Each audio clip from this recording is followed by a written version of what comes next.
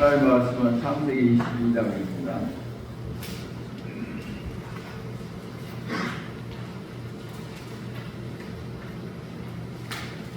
1절에서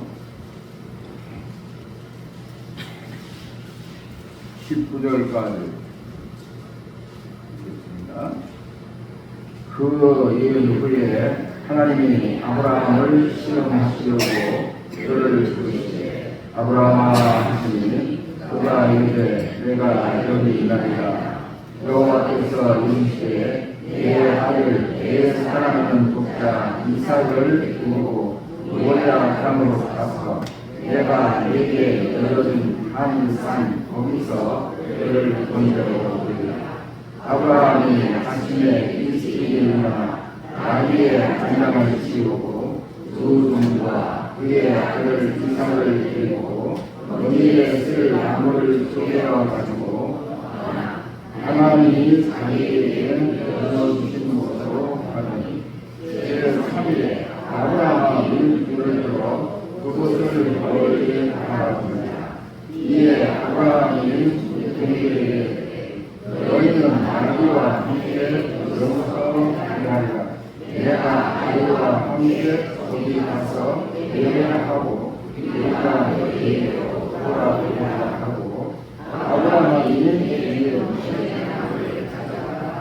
그의 아들 이삭에게 씌우고 자기는 불과 그를 손에 들고 두 사람이 이삭이 그 아버지 아브라함에게 말하되 내 아버지가 그가 이르되 내 아들아 내가 여기 있노라. 이삭이 이르되 그가 나무를 떠나 여기 있나이다. 아브라함이 이르되 내 아들아 너희가 여기 있는 하나님께서 위하여 이 두 사람이 함께 나아가서 하나님이 그에게 열어주신 곳에 이르니라. 이에 아브라함이 그곳에 제단을 쌓고 나무를 걸어놓고 그의 아들 이삭을 결박하여 제단 나무 위에 놓고 불을 내어 칼을 잡고 그 아들을 잡으려 하니 여호와의 사자가 그로부터 아브라함아 아브라함아 하시니라. 아브라함이 이르되 내가 여기 있나이다 하니 사자가 이르되 그 아이에게 내 손을 들이나이다. 내게 아무 일도 하지 말라. 내가 내 아들 내 독자 가지고 내게 맡기지 아니하였으니 내가 이제야 내가 하나님을 경외하는 줄을 안다. 아브라함이 눈을 들어 살펴본즉 한 수명이 뒤에 있는데 우리 숲에 걸려 있는지라. 아브라함이 가서 그 수명을 가져다가 아들을 대신하여 번제로 드렸더라. 아브라함이 그 땅 이름을 여호와의 나라에서 오늘날까지 사람들이 이르기를 여호와의 산에서 죽이리라 하더라. 여호와의 사자가 하늘에서부터 너희의 아브라함을 불러주시되 여호와께서 이르시되 내가 나를 인도하니 내가 이같이 행하여 내 아들 내 독자로 아끼지 아니하였으니 내가 내게 큰 복을 주고 내 씨가 크게 번성하여 하늘의 별과로 바닷가의 모래와 같게 하니 내 씨가 그들에게 선물을 차지하리라. 또 내 씨로 말미암아 천하 만민이 복을 받으리니 이는 내가 나의 말을 수행하였으니라 하시니라. 이에 아브라함이 그의 손들이로 돌아가서 함께 떠나 그의 세바에 이르러 거기 거주를 하였다.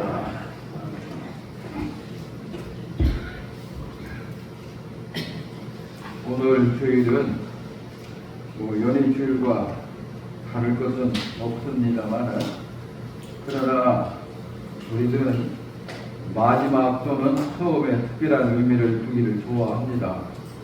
그래도 괜찮다고 생각합니다.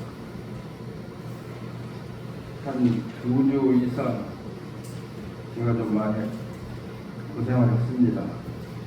하나님께서 건강 회복시켜 주셔서 예배드리게 될 것을 감사합니다. 우리가 예수 그리스도를 믿은 후로부터 이 시간까지 가장 많이 들은 말은 하나님, 예수 그리스도, 사랑, 믿음 이런 것들입니다. 그래서 2024년에도 믿음에 관한 말씀을 하도 많이 들으셨어요. 많이 들으면 좋은가? 많이 들어도 소용없어요. 참으로 깨닫고 믿고 행하지 않으면 아무 소용없어요.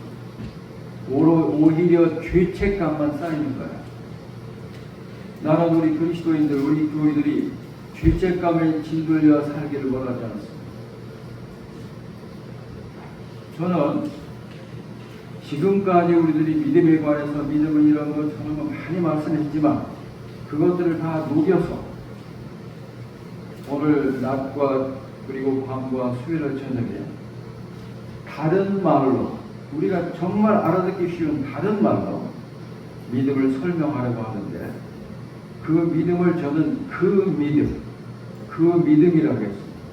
여기 주보에 거기 그 믿음이라는 것에 따옴표를 써야 되는데 안 썼어요. 우리는 그 믿음을 배운다. 저도 믿음을 배우고 있습니다. 오늘 우리가 읽은 성경 말씀은 너무나 창세기 22장 아브라함이 이삭을 드린 설교 그 뻔히 아는데 여러분의 기대는 완전히 깨질 것입니다. 그런 설교 저는 하지 않습니다. 설교할 때 설교에 대한 기대감이 없으면 무슨 은혜가 있겠어요? 그래서 오늘 우리는 이 성경 말씀을 통해서 정말 이게 뭘 우리들에게 말해주고 나에게 가르쳐주고 요구하는 것인가, 그리고 우리가 이 시간에 바로 응답해야 될 것은 무엇인가 하는 것을 보여줍니다. 제가 오늘 하나님께 드려진 것은 헌금을 위해서 기도했습니다. 근데 이 말을 할까 말까 하다가 해야 되겠어요. 우리 교회가 생긴 이후로 교회 겨울철에 난방을 위해서 헌금하신 분은 딱 두 분이 있습니다. 오늘 한 분이 있었는데 제가 일부러 이름을 밝히지 않았습니다. 2년 전에 저는 우리 교회 1년치 난방비 200만 원을 헌금했습니다. 아무도 모릅니다. 교회 재무도 모릅니다. 그런데 얼마나 기뻤는지 몰라요.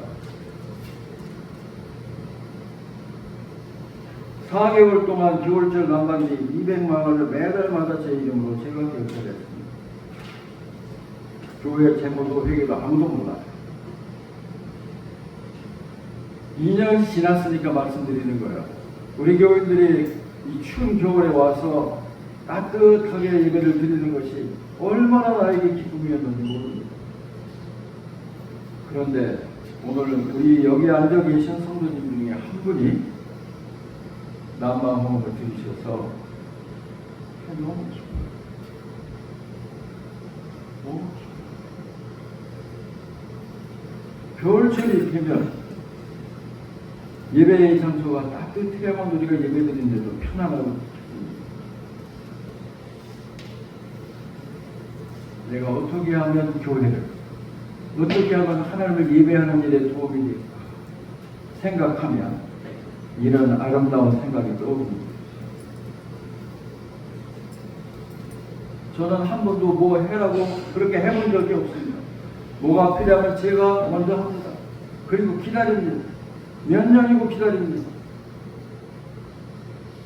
수십 년 기다렸더니 오늘 응답이 있습니다. 더 많아지기를 바랍니다. 자, 오늘 우리가 읽은 성경 말씀을 보면 주목해야 할 말씀이 있습니다. 아브라함이 이삭을 잡았다. 그보다 더 중요한 게 있습니다. 뭘까요? 첫 절이 이렇게 시작됩니다. 그 일 후에. 이게 무슨 말이에요? 왜 하나님을 인내해? 아무리 아브라함에게 아들 이삭을 번제로 잡아 드리라고 했을까? 하나님은 도저히 할 수 없는 일을, 해서는 안 되는 일을 왜 명령하셨을까 하는 것입니다. 왜 그 일을 하세요? 왜 지금 하세요? 이렇게 우리는 질문하면서 대답하며 이제까지 우리의 인생을 살아왔습니다. 왜 하나님은 아브라함에게 그 아들을 바치라고 했을까요? 그것도 그냥 잡아서 바치라고 했을까요? 이 문제의 해답은 그 일 후에가 대부분 대답해주고 있습니다. 그러면 이전에 아브라함에게 무슨 일이 있었을까요? 아브라함이 75살 먹었을 때 하나님이 그를 하란으로 인도하셨습니다. 갈대아 우리에서 불러. 그냥 어떻게 하나님을 나눴는지 우리는 몰라요. 창세기 12장에 아브라함이 처음 나오는데 하나님이 언제 어떻게 해서 전혀 없어요. 그냥 하나님이 갑자기 나타나셨어요. 갈 바를 알지 못하고 따라갔는데 어마무시한 약속을 합니다. 허황되기 짝이 없는 약속을 하십니다. 적어도 아브라함이 볼 때는 허황하기 짝이 없는, 황당하기 짝이 없는, 그러나 그냥 모르고 따라갔습니다. 우리가 아무것도 모르고도 믿을 때 있습니다. 아브라함의 생애를 살펴보면 우리 믿음이 어떻게 시작해서 어떤 경우를 거치는가를 다는 알 수 없지만 대부분 알게 됩니다. 그런데 땅 한 평도 없는 사람에게 땅 준다, 자식 하나도 없는데 자식 준다, 민족을 준다, 왕이 태어날 것이다, 큰 민족을 이룰 것이다, 하늘의 별과 바닷가의 모래같이 많은 자손이 있을 것이다, 황당무계한 약속을 남발하시는 하나님. 하나님이 어떻게 하려고 저 따위 약속을 하시는가? 아브라함은 그냥 눈에 보이지 않는 하나님이 그러니까 들은 것 뿐이에요. 이렇게 황당무계하게 짝이 없는, 말도 안 되는 약속을 하신 하나님. 그래서 그때로부터 100년 동안이, 적어도 가장 중요한 약 42년 동안이 아브라함에게 있어서 과연 하나님이 그 황당무계하게 짝이 없는 약속을 하신 것을 지킬 수 있는 신실하신 분인가? 또는 전능하신 분인가? 그것을 시험할 수 있는, 경험할 수 있는 기회였습니다. 자, 아들도 얻었습니다. 이때가 이삭이 17살에서 20살 미만일 때니까 자식을 얻은 지가 벌써 한 20년이 됐을 거란 말이에요. 그러면 그동안에 무슨 일이 일어났지? 굴러냈어. 근데 가보니까 흉년에 들어서 도저히 하나님이 부르신 그 땅에 살 수가 없어. 그래서 애굽으로 피난 갔어. 도망갔어. 애굽에서 개방신했어. 바로가 자기 아들, 예쁜 아들을 뺏어갔어. 그런데도 당당하게 뺏어갔어. 왜? 내 누이 동생이라고 했으니까 뺏어간 거야. 그냥 하나님 그걸 막아주셨어. 그래서 바로에게 혼을 낳고 아브라함의 부도덕함이 거기서 질책을 받습니다. 개망신이죠. 그런데 놀랍게도 하나도 아브라함을 해롭게 하지 아니고 오히려 많은 재산을 주어서 내보내서 개망신했습니다. 그 다음에 또 어떻게 했습니까? 2번이나 그 다윗을 또 했어요. 또 살기 어려우니까 블레셋 땅으로 갔습니다. 아비멜렉이라는 것은 블레셋의 왕에 대한 호칭이에요. 개인의 이름이 아니에요. 누구냐? 내 누이 동생입니다. 그래? 그러면 네 아내가 너무나 네 누이 동생이 절세 민족으로구나. 아내를 삼아버렸습니다. 그런데 하나님 꿈에 나타나셔서 범접하지 못하게 하셨고 책망하셨습니다. 아비멜렉이 너무나 놀라서 아브라함을 불러가지고서 왜 이런 짓을 해서 우리로 하여금 큰 죄악을 지게 만들었느냐. 이 땅의 사람들은 하나님을 두려워하지 않으니까 내 목숨 부지하려고 이렇게 했습니다. 비참하게 깨졌습니다. 근데 오히려 선물을 도해가지고 그를 보냅니다. 대망신이죠. 그 다음에 큰 것만 말씀드립니다. 세 번째, 21장에 뭐가 나와 있느냐. 아브라함을 하나님이 축복하시니까 번성해서 그 당시 조그마한 왕들보다 더 왕들보다 힘이 세졌어. 아비멜렉이 와서 강화를 우리 사이좋게 지냅시다 하고 싹싹 빌어. 내가 이렇게 화가 나는 것은 너희 신하들이 다 내가 파는 물을 메웠기 때문이다. 목축업자에게 샘물은 생명이에요. 어떤 놈이 그랬느냐 나는 아무도 모른다. 절대로 그런 일은 없을 것이니 우리 평화 조약을 맺자. 왕이 굽신 하면서 지금 막 안달복달하는 거죠. 그때 조약을 맺어주었어. 하나 빠진 게 있네.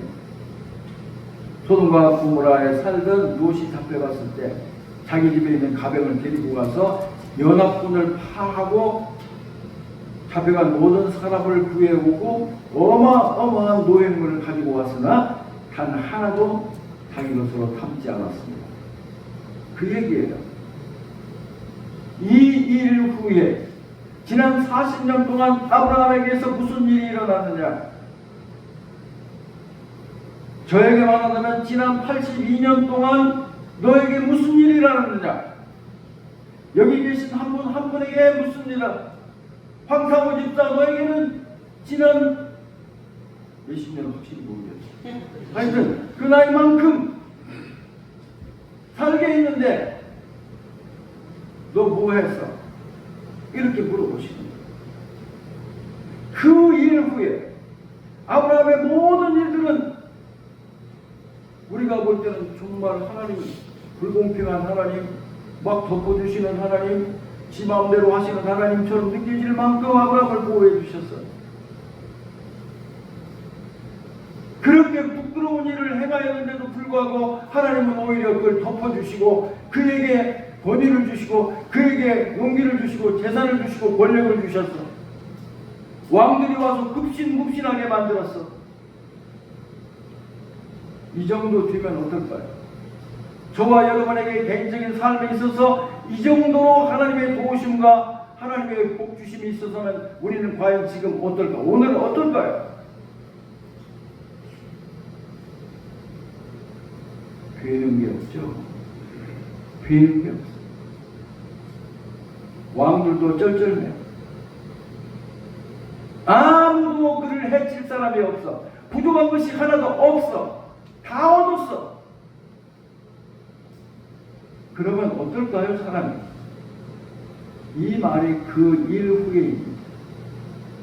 그 일 후에 직접적으로는 왕들이 와서 우리와 평화조약을 맺자고 살살 비는 바로 그것. 한 국가의 왕보다 더 굉장한 권세와 위력을 나타내고 있는 바로 그때에 하나님께서 아브라함에게 내 아들, 내 독자 이삭을 나에게 짐승처럼 잡아서 제물로 드려라고 말씀하신 거예요. 왜 그랬을까요? 창세기의 저자는 모세입니다. 모세는 말하기를 하나님이 아브라함을 시험하사 시험해 보셨다. 그를 테스트해 보셨다는 거예요. 지난 40여 년 동안에 이렇게 엄청난 일이 일어났는데 그 40년 이후 오늘 이 시간 도대체 아브라함은 나에 대해서 어떤 생각을 갖고 있을까? 알고 싶어 하신 거야. 눈에 뵈는 것이 없을 만큼 부강해졌습니다. 소원은 다 이루어졌습니다. 겁날 거 하나도 없습니다. 날마다 아름답게 자라나는 상속자, 후계자 이삭을 볼 때마다 너무나 만족합니다. 그때 하나님께서 내 아들, 내 사랑하는 아들, 일부러 약 올리듯이 그렇게 말합니다. 이것은 뭐죠? 아브라함이 이삭을 바치기 어렵게 만드는 거예요. 하나님의 아들이 아니라고 하나님이 직접 내 아들, 아브라함이 덤덤하게 생각하는 자식이 아니라 내 사랑하는 아들, 그 말을 들었을 때 이건 내 아들이야. 주님이 말씀하셨잖아. 내 아들, 내 사랑하는 독자라고 말씀하셨잖아. 하나님 아들 아니잖아. 내 아들이잖아. 하나님이 그렇게 말씀하셨잖아. 내 재산이잖아. 내 건강이잖아. 내 힘이잖아. 내 가족이잖아. 내 사업이잖아. 이렇게 하나님이 우리에게 말씀하셨다는 거예요. 정말 하나님은 어렵게 시험하셨습니다. 네 아들, 하나님의 아들 아니야? 네 사랑하는 아들, 그것도 너무너무 사랑하는 아들이라고. 그걸 내놓기 쉽겠어요? 내가 내게 지시하는 땅으로 가서 그를 잡아서 나에게 제물로 바쳐라. 그것도 내가 내게 지시하는 곳에 가서 네 아들을 짐승 잡듯이 잡아서 나에게 드려라. 이게 말이나 되는 얘기예요? 이런 회방꾼이 어디 있어? 진짜 만족하고 행복하니까 그걸 다 깨부셔? 차라리 되기 전에 깨부시면 덜 섭섭하고 덜 절망하지. 다 이루어졌는데 깨부셔? 아브라함이 아침에 일찍 일어나갔다. 왜 일찍 일어나갔을까? 이거 잘못 솔기하면 큰일 납니다. 아들을 잡아서 드리라고 하는 하나님의 말씀이 너무 즐거워. 아, 즐겁구나 하나님. 이렇게 갔을까요? 천만에요. 마음이 평할까봐. 자기 마음이 평할까. 내 자식을 짐승 잡듯이 잡아 드리라는 하나님의 말씀이 뭐가 그렇게 즐거워서 아침부터 소란을 피우겠어요? 아니, 내 마음이 편하겠지. 그에게 있어서 이 사흘길이라고 하는 것은 30년의 세월과 길이었어요. 무슨 생각을 했을까요? 아, 아브라함이니까, 믿음의 사람이니까 아무런 고민도 없었을 거야. 천만의 말씀이에요. 자기 아내를 누이라고 속여서 2번, 3번 이렇게 속임수를 써서 제 목숨을 구하려고 했던 그 인간이 뭐 그렇게 대단하다고, 우리와 다르게 뭐가 있다고, 얼마나 많은 고민이 있었을까. 사흘길이 아니라 하나님이 지시하신 산이 저 백두산이고 저 한라산이었다면 얼마나 좋을까요? 거기까지 걸어가는데 몇 년 동안은 그래도 아들과, 살아있는 아들과 얘기하면서 갈 수 있었을 거 아니에요. 고작 가봐야 사흘길밖에 안 되는 그 하루하고 시간이 얼마나 애통스럽고 얼마나 고민스러웠겠느냐는 말이에요. 보았을 때 그 산이 보여요. 바로 예루살렘에 있는, 예루살렘의 황금 성전이 있는, 지금 무슬림들의 성전이 있는 바로 그거예요. 옛날에 솔로몬의 성전이 있던 그 산. 거기 그 바위 종들을 거기 놓고 하는데 아버지 칼과 불과 나무는 있는데 종자가 번제할 어린 양은 어디 있습니다.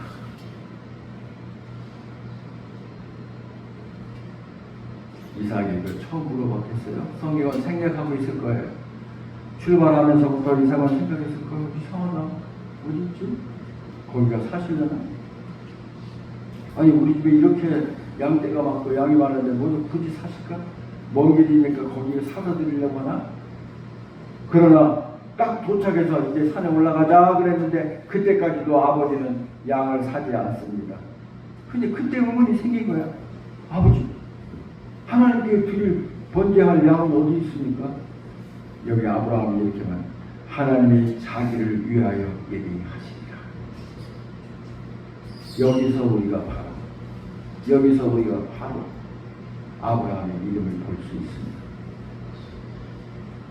서둘렀다는 것에서 믿음을 보지 않습니다. 저는 이제 그 앞에 두고 이제 제사를 드려야 할 시간이 임박했는데 아버지, 양 어디 있어요? 하나님이 자기를 위하여 예비하십니다. 하나님이 자기를 위하여 예비하십니다. 그 끔찍한 일을 나에게 요구하시지 않을 것입니다. 그리고 가서 그를 잡아서 제물로 드리려고 합니다. 얼마나 서둘렀는지, 정신없이. 왜 정신없이 서둘러? 그게 무슨 즐거운 일이라고. 어? 이제 만일 그때 그가 아들을 죽여서 제물로 드리고 다시금 다른 일이 없었다면 이삭의 이름이 웃음이듯이 일평생 아브라함은 웃음을 잃어버리고 슬픔과 고뇌 속에 살았을 거예요.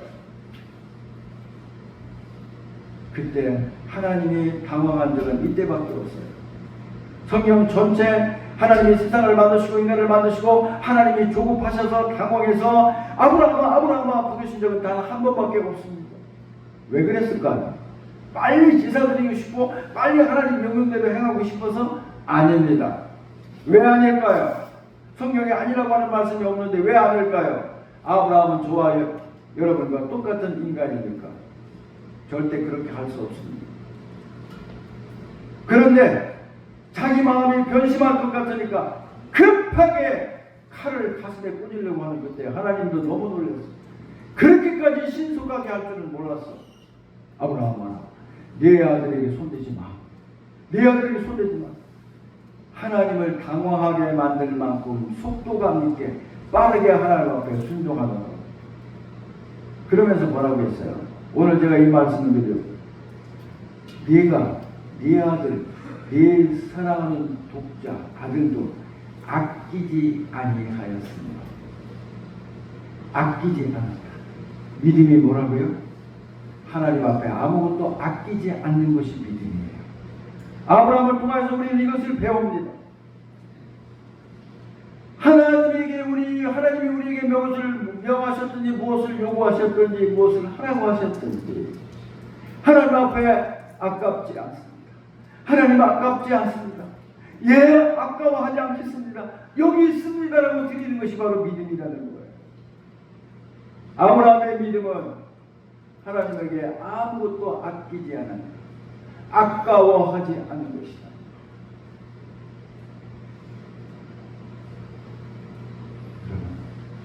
아까운 건 맞죠? 더 가슴 아프게, 더 정직하게 성경 말씀을 인용해 볼까요? 누구든지 나를 따라오는 자기를 부르라. 자기 십자가를 지 날마다 나를 쫓아오시. 아비나 마태복음 10장입니다. 아비나 어미나 자식이나 점토나 소나 락이나 그 어떤 것도 나보다 더 사랑하는 자는 내게 합당하지 않아. 예수님 그렇게 말씀하시죠. 근데 오늘날 많은 그리스도인이라고 하는 사람들은 어떻죠? 과연 그렇습니까? 적당한 믿으면 됩니까?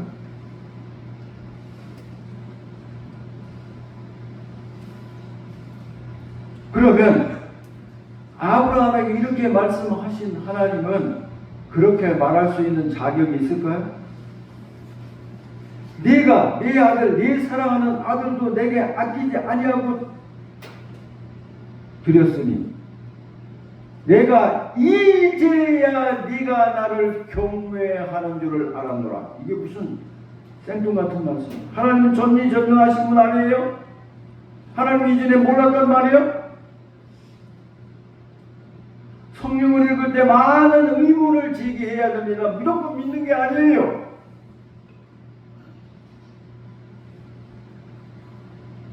왜 하나님은 이런 식으로 말씀하셨어요?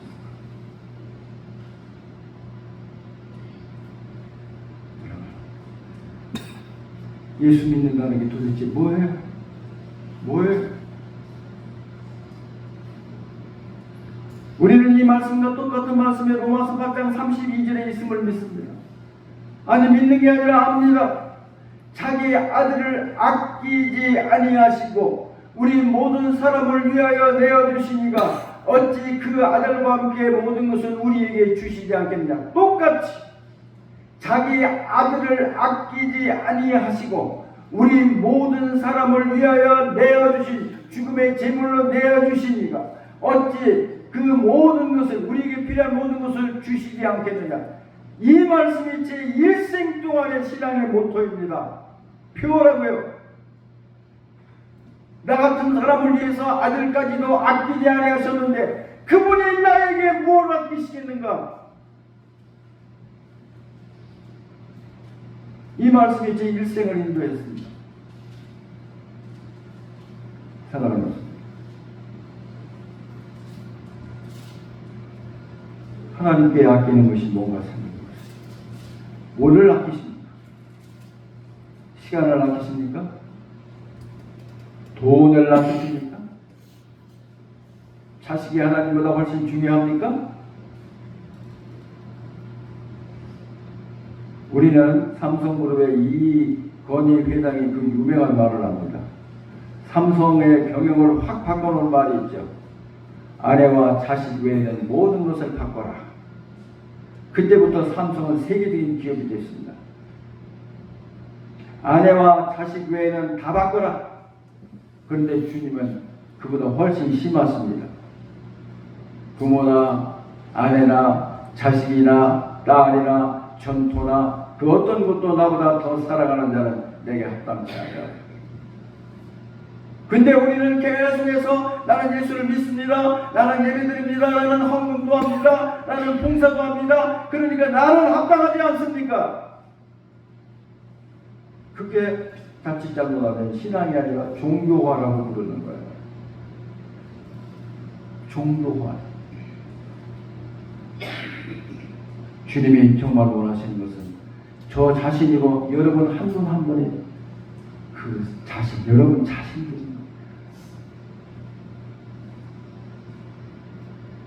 아들도 아끼지 아니하신 하나님께서 그 아들과 함께 모든 것을 우리에게 주시지 않겠습니까? 하나님이 세상을 이처럼 사랑하사 독생자를 주셨습니다. 사랑은 뭐야? 주는 거예요. 그런데 아끼라는 말의 헬라어 뜻이 너무 기가 막혀. 너무 기가 막혀. 무슨 뜻이냐? 아끼라는 말은 매석하다. 매석하다가 뭐예요?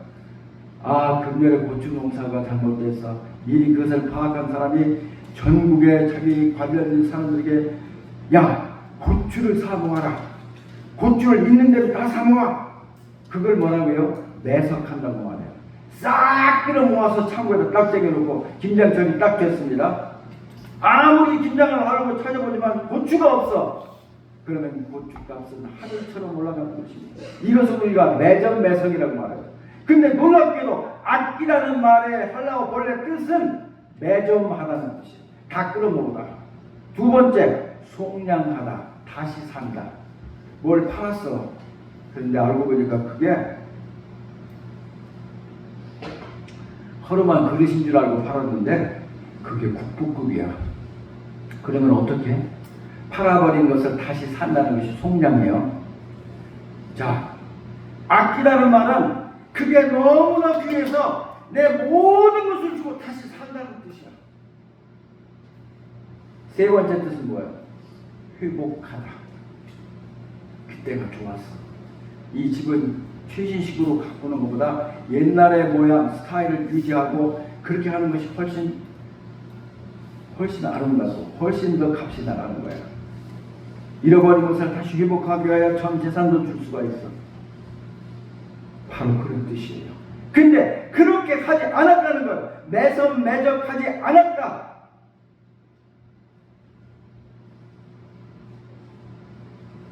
아브라함은 하나님과 흥정할 수 있습니다. 하나님과 같이.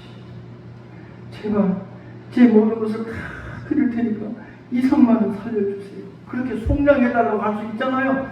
뭐든지 다 드리겠습니다. 내 오단말 단 한 번에 10만원을 외놓고 내 지팡이 하나 외에는 다 드리겠으니까 제발 2, 3만원 살려주세요 라고 속량하려고 했어요.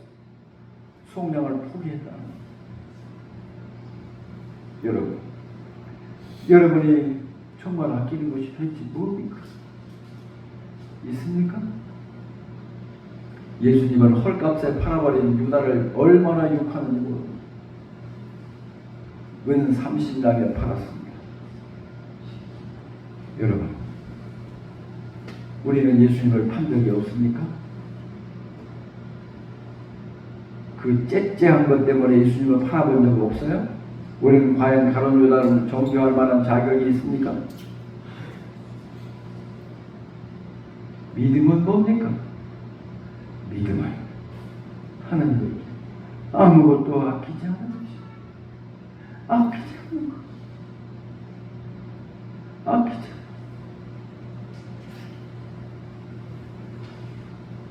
저는 오늘 저녁에도 말씀드리겠습니다만 믿음에 관해서 아주 명쾌하게 말씀드리기를 원합니다.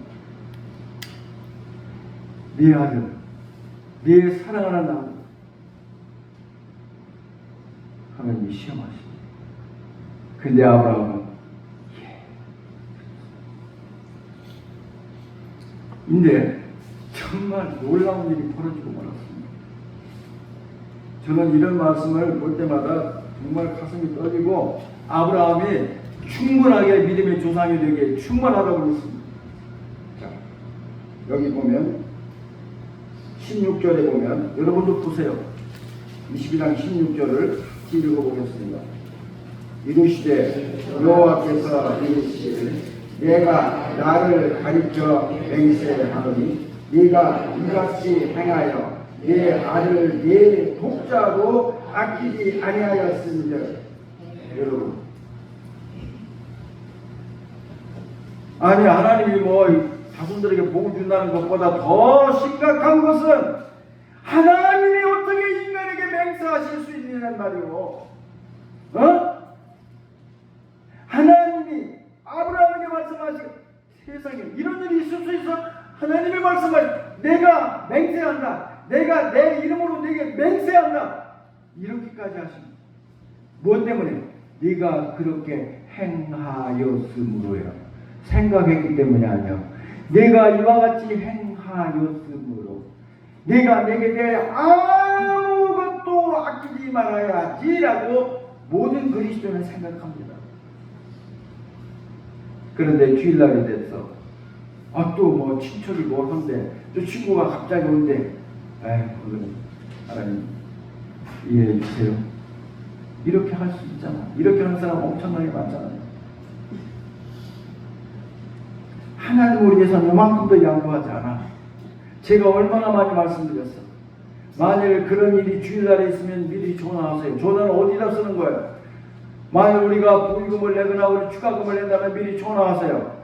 내가 꼭 가고 싶었는데 오늘 주일날이라서 그냥 안부만 전하고 축의금을 보냅니다. 그렇게 못해? 그러면 이 세상에서 외톨이 돼? 그렇게 하는 사람 아직은 못 본 것 같은 내가. 그걸 볼 때마다 원통해. 저렇게 해가지고 어떻게 핍박이 닥쳐오면 어떻게 예수님 믿겠습니다 하고 나설 수 있을까? 제가 젊었을 때 그런 얘기 한 기억이 나. 아마 그러면 우리 교인 중에 어떤 몇몇 사람들은 우리 교회 곽철종 목사 어디 있습니다 잡아가세요 올 신고 밀고 올 사람이 몇 명은 있을 것 같더라고. 그때 이거요 그냥 얘기가 아니에요. 우리들의 조그마한 편의를 위해서, 몇 푼의 돈을 위해서, 몇 푼의 육체적 안식을 위해서, 눈과 귀의 즐거움을 위해서 예수를 얼마든지 팔아먹어요. 아끼는 것이 너무 많아. 예수님은 아낀다고 말하지만 아끼질 않아. 다른 것을 아끼고 예수님은 쉽게 팔아버려. 그러면서도 예수님 나를 위해 돌아가셨습니다. 이 말은 아주 청산유수로 잘 나와. 아무런 고통도 없어, 생각도 없어. 어떻게 그럴 수 있느냐는 얘기야. 어떻게 죄 없으신 하나님이 벌레만두보다 나를 위해서 십자가에 대신 죽어주셨고 죽어달라고 한 것도 아니고 자원해서 그렇게 하신 것을 정말 믿는다고 하면서 은 30냥이 아니라 은 3냥만 줘도 몇만 원만 줘도 몇천 원만 줘도 예수를 팔아먹을 사람이 있지 않겠어요? 그렇게 한 적은 없습니까?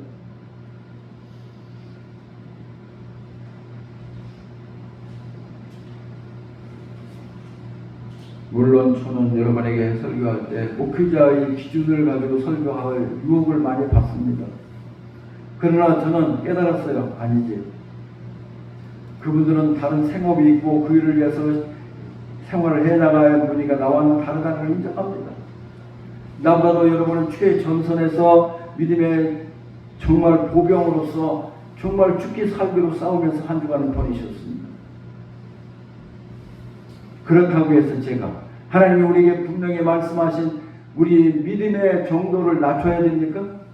여러분들은 목사가 아니니까 이 정도 낮게 살으셔도 됩니다. 이만큼 해도 됩니다라고 말할 수 있습니까?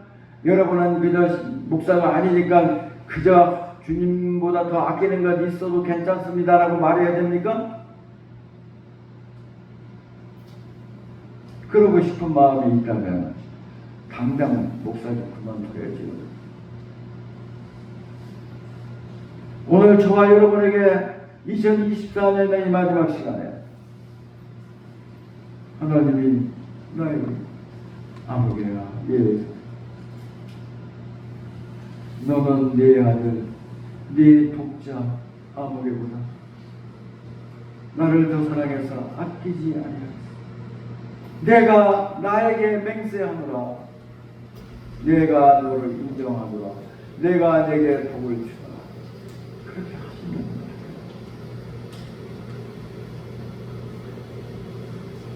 사랑하는 친구들, 저는 그런 생각을 해봅니다. 내가 목사가 아니라 교회 집사로서 일생을 봉사했으면 신앙생활했으면 어떨까? 이것은 실제가 아니니까 다만 저의 생각일 뿐입니다만, 그래도 열심히 헌신했을 것 같아요.